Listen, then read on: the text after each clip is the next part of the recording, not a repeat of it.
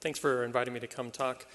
Really appreciate it. Yeah, like Alex said, you know, I have a PhD at one of the CMU connections in neuroscience and computational neuroscience, a psychiatrist, and about 20 years of experience doing software development, technology work. And so my work really is sort of this amalgam of those experiences. And I work in a center now that focuses on health services and health disparities and community engagement and partnership with them to really address a lot of these barriers and challenges. So that also has been highlighted and infused, which we'll talk about a bit, to bring together this concept of participatory informatics, you know, doing a lot of what we're talking about today, but doing it in a way that takes the human approach, a human aspect of things front and center, and in a way that is co-created to help address equity. And I would just want to say, Alec is a good friend of mine, and he mentioned that patients are horrible at telling us what's wrong, and you wanted a lively discussion. So I'm just going to kick that off by completely disagreeing with that. And my approach is the complete opposite, actually, that patients, it's all about them telling us what's wrong. But I also understand your point about surveys and patient-reported outcomes, and those are very kind of, they have a lot of limitations. So I agree and disagree too. All right. So we can discuss some disclosures. Tech companies I started, I'm talking about Chorus, a web application that helps people create their own apps in real time in a few minutes. That's being licensed to a company that I started. Not that we've really done anything with it yet outside of academia. And the speech stuff, we recruited patients from a clinic that I have a family relationship with. So not that they own the IP for it, but important to discuss. So we talked about digital diagnosis, and we've talked about this throughout the day, but just to sort of think about, you know, we talk about diagnosis, like what literal diagnosis someone has schizophrenia or not, or PTSD or not. But then, you know, there's domains of symptoms, and are we trying to predict and track symptoms? I feel anxious or depressed. Of course, dimensional markers, RDoC. We had a great talk from the translational perspective at NIH around that. But then, you know, the idea of personalized outcomes. So, yeah, I might be anxious, but what outcomes are important for me, and how do we learn that, know that about people, and take that into account? And then this concept from the health services component about social determinants, which are a big issue in regular healthcare, non-digital aspects of things, but where we grew up, where we live, and how that affects our health and mental health, and can we take advantage of that to inform these informatics and data analytic approaches, but also potentially help improve those social determinants, at least not make them worse. We talk about the digital divide, and I'll mention some things. So how do you get information that's relevant, but then use it respectfully to build equity? So the approach, you know, it's hard. I want to talk just about the data part, but it's hard to separate the approach from it because it's such a big part of it. But really my approach with the Innovation Lab, I'm director of the Innovation Lab at UCLA, and looking for collaborations around that. So if any of this sort of sparks interest or anything related to your work, please come up to me during the poster session and let's connect and collaborate. But the idea is, can we use technologies to innovate around service delivery, solve practical problems today, but pair that with a lot of the things that we're talking about during the summit to understand the human and biological aspects of wellness. And the reason for, you know, pairing that implementation with the biological aspect is, you know, usually you go from idea to implementation, you know, it's like 10, 15-year process. And, you know, around digital health, you know, things move fast, right? And Google is always coming out with something verily, right? They're breathing down our necks. And, you know, the iPhone's only 10 years old, right? Imagine the state of technology before the iPhone. If you had created something before the iPhone, you know, now you do it, it could be potentially irrelevant. So that keeps me up at night. So the idea, you know, can we go from idea? Can we have a process of incubation potentially to get things out into implementation? Let's leverage the health systems that a lot of us represent or connected with or come from. At UCLA Health, we have large services delivery. So can we get these things out there to generate that kind of data in the real world, in the real life, and then shrink that gap from ideas to implementation to get things that are really used and helpful? And a lot of these points were made earlier today as well. So the one example, there's a lot of different ways we're doing that, but one example that I want to talk to you today is a project called My Coach Connect, and it's really looking at speech, using speech as a behavioral marker of wellness. So thinking about the longitudinal perspective, like Justin was talking about earlier, patients have relapsing, remitting courses with mental illness, and they have different courses. So some people do well, and they gradually decompensate and do better, and then some people do well, and then all of a sudden decompensate quickly, and other people are generally more stable. But we have these fixed office visit intervals, and pretty bad at predicting when people need to be seen next. And are there ways to quantify this clinical course, pair it with what's going on with them, to try to identify these predictors of decompensation?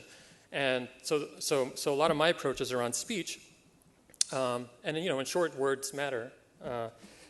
And as a psychiatrist, obviously, Freud also felt that words mattered a lot. So if you chose a specific word, everyone was thinking what word I'm going to pick, because everyone's thinking like that word is going to mean something. They matter a lot. So we sit on the couch and we freely associate, these specific words that we're saying. This Jedi Knight, of a psychoanalyst is sitting there and thinking about all these words and making meaning out of them.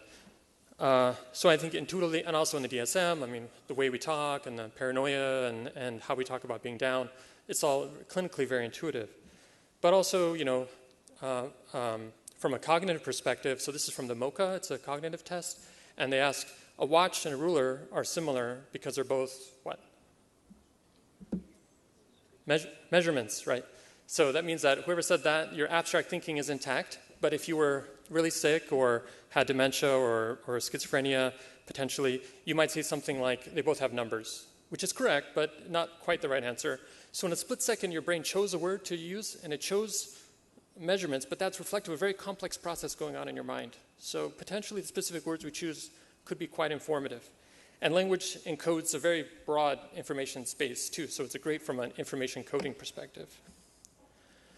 So to test this out, speech and computational aspects of speech have been investigated by a lot of people. James Pennebaker, for example, created the LIWC toolkit, and we use that toolkit to generate features, and a lot of people and others today are going to talk about the acoustic aspects of speech, of course, and I'm really looking forward to hearing about that. But this is really looking at the lexical features, so specific words we choose. And the difference here is also a practical solution in a naturalistic clinical setting. So this is a community clinic in Compton, California. Patients with severe mental illness, transdiagnostic across diagnoses.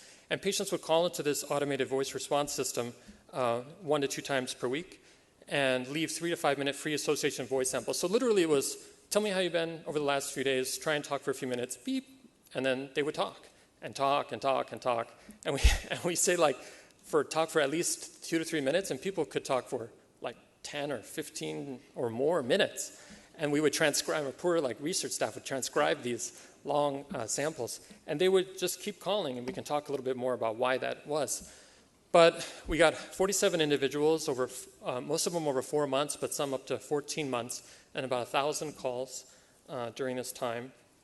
Here's an example of the provider portal. So the providers, and in this case mostly case managers, life coaches, would have their patients, this is actual transcription of a patient, and they could see they could read the responses and click and listen if they wanted or not to the patient. The patient would rate themselves on a scale of 1 to 10, and then the provider would rate the patient on a scale of 1 to 10. And this is also part of one of the challenges is what do you use as the gold standard? We talk about machine learning, about the clinical state, and so what's practical and kind of integrative of a global state. And for better or for worse, I chose this 1 to 10 scale, which is similar to the GAF you could think of. So,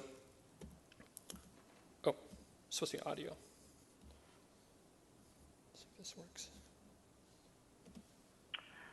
Yes. I've been doing better than I was the last time I called. I was a lot more depressed the last time I called. I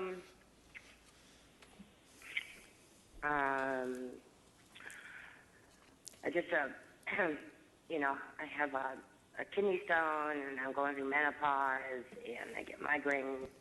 So it's just an effort of time. This particular patient, when she wasn't doing well, she would tend to talk about herself. And even if it was saying positive things, like I feel like better, but that was when she actually wasn't doing as well. And she would talk about other things when she was doing better, for example. But you could see that, you start getting a really rich representation of what's going on.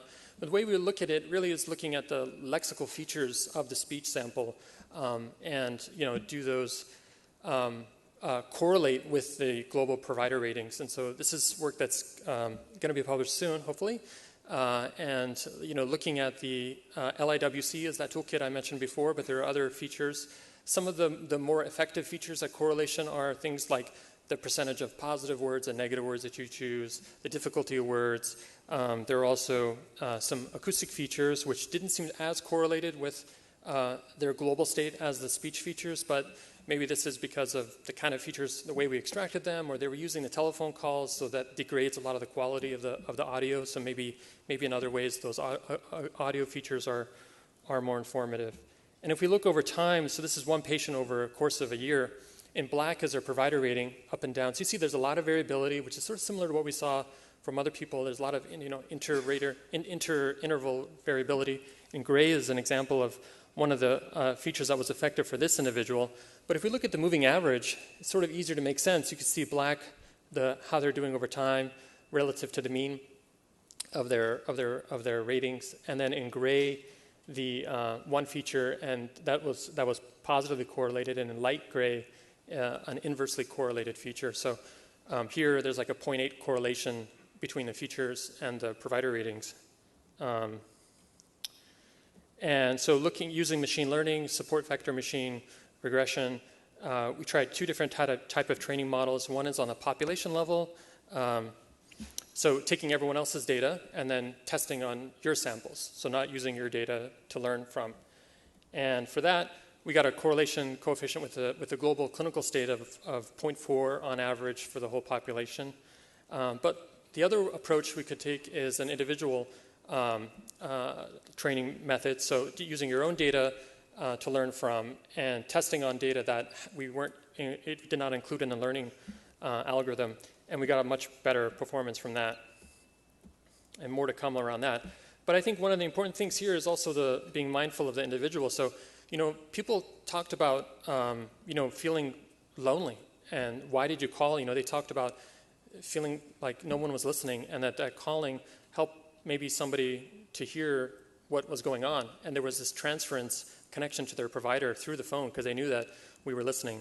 And I think that's an important point to think of, when we create these technologies, is how can we include some of that aspects into these technologies. So lots of next steps, but I wanted to talk about how we kind of come about this and taking it forward, this idea of participatory informatics. So in community partnered work, really the focus is around equity and respect and co-creating together, because who creates things matters.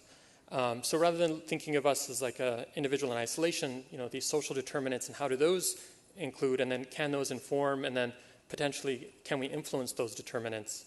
So rather than kind of the usual approach, which is experts like, usually people like us in this conference will like kind of create something, but the locus of control, and we might include users, so participatory design or user-centered design might include them in some part of that process, but the locus of control really is around the technical people and the experts.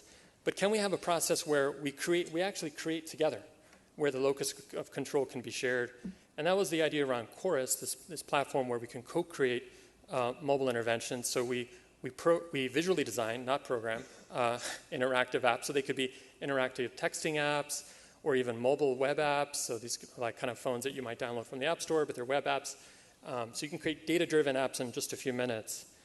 And we've been having a lot of fun actually exploring how this can be implemented in a couple different ways. So this is us with our community partners co-creating an app for resiliency to be implemented in South Los Angeles for the community. And we're actually, I don't know if it comes clear in the picture, but we're actually having fun creating stuff. And we're creating things together. So it's one of our partners who's actually putting it in the computer. Sometimes we project on the wall, and we just do it in real time. And it really changes sort of the conversation about what it is when you're actually doing it. And then in the partial hospitalization and intensive outpatient programs, we are actually individual patients with their therapist are co-creating mobile apps to support their own care and then using it like that day in real time. So earlier today, oh, that's my timer. We talked about adapting content over time. So this is actual individual patients every week changing the kind of apps that they get. And because of the flexibility, Chorus supports a number of projects. Every line is a totally different study. So it's been used in a number of ways. And so just to wrap up, to sort of thinking about these approaches together and how do we combine them. And before I finish, I wanted to make one shout out to Saib Khalsa from University of Tulsa, who's here and has a great poster I'm collaborating with him on around body mapping and the idea that, when we think about digital diagnosis, there could be novel ways of generating kinds of information in here, perceptual maps of like how we perceive our body and emotions and how that can be mapped onto the space, onto the body. So, the mind's eye, if you will, and how that gets mapped on. So he has a poster this afternoon. I'd encourage everybody to check it out if you can. Thank you.